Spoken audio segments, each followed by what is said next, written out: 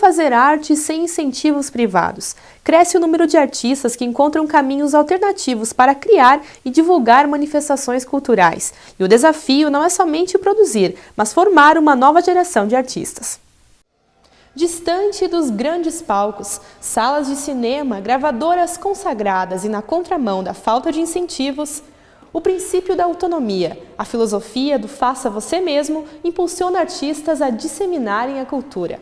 No palco, a dramaturgia do desejo é o enredo dos espetáculos da Companhia Silvana Abreu. Depois de programar computadores por 7 anos, a atriz se entregou ao caminho da arte. Pela lógica capitalista, a escolha mais arriscada, porém a que trouxe mais realização. Eu tinha um salário, com a computação, que me dava toda a segurança, e quando eu rompi com isso, foi muito interessante. Eu descobri que eu podia ganhar me divertindo, ganhar fazendo o que eu realmente queria fazer. E é uma carreira muito insegura, porque a gente não tem... Às vezes eu vendo espetáculos, circulando com espetáculos, vendendo espetáculos, apresentando espetáculos, você consegue ter uma manutenção por um período, mas depois tem um período que você tem que se salvaguardar antes para poder saber que tem altos e baixos. A Companhia Paulista está na estrada desde 2001. No dia 11 se apresentou no Teatro do Sesc Chapecó. Segundo Silvana, 12 pessoas compõem a equipe. Não são todas que conseguem se sustentar somente com o trabalho no teatro. Apesar das dificuldades para fazer arte no Brasil, para ela o maior incentivo é a vontade e o entusiasmo para atuar. A gente também aprende a viver nessa inconstância e acaba achando uma constância na inconstância também.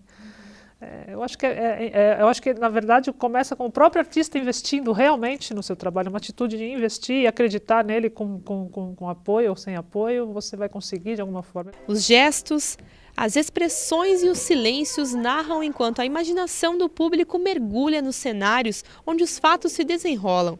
Este é o trabalho da contadora de histórias Josiane. Isso mesmo, contadora de histórias. Toda cheia de molejo. A ligação dela com a arte começou antes de entrar para a Faculdade de Letras. Desde adolescente, Josiane fazia teatro. Atuar despertou nela a vontade de contar histórias, e é disso que ela vive hoje. Então a gente está sempre procurando editais, buscando parcerias com instituições que possam acolher o trabalho. Eu não sei, eu não consigo pensar a contação de histórias como uma coisa que eu vá vender para as crianças e eu vou cobrar R$1 para você ouvir. Desde 2010 é através da companhia Conta Causos que Josiane dialoga com o público. De forma independente, ela realiza pesquisa, oficinas e montagem de espetáculos de narração de histórias. Em 2011, circulou por 28 cidades em Santa Catarina.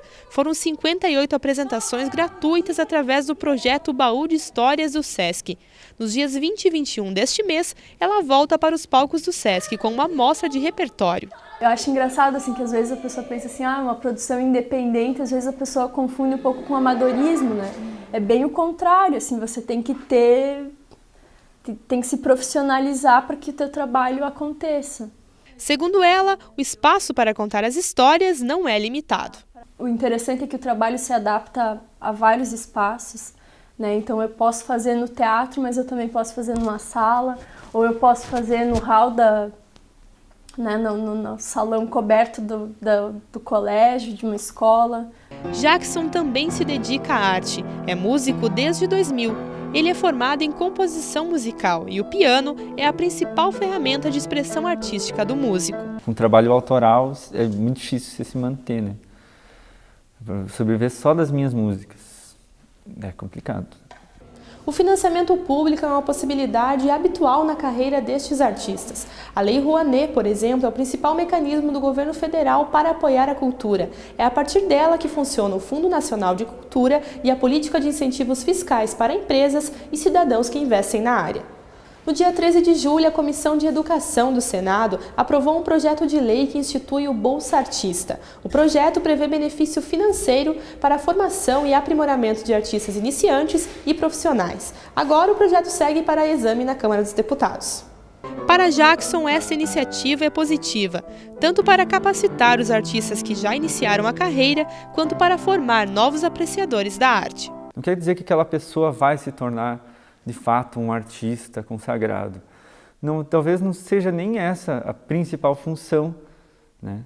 Tá, acho que uma das grandes funções é a formação de público, porque a pessoa vai se interessar cada vez mais por isso, e mesmo que ela vai tomar outro rumo na vida mais tarde, é muito importante que ela aprecie a arte, né?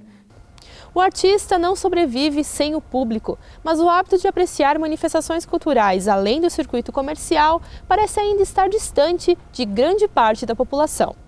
A diversidade está ficando cada vez melhor assim, dentro de Chapecó, né?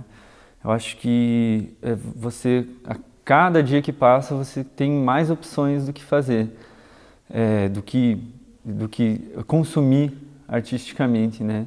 Eu até estava pensando assim, nossa, eu não consigo mais acompanhar a programação de coisas que acontecem em Chapecó, né? Porque toda semana a gente tem ou um espetáculo de teatro, ou um espetáculo de música, ou festival de dança, ou mostra de orquestra, ou, né? A gente tem muita coisa acontecendo. O que eu acho que a gente ainda tem que avançar é na questão de trazer o público,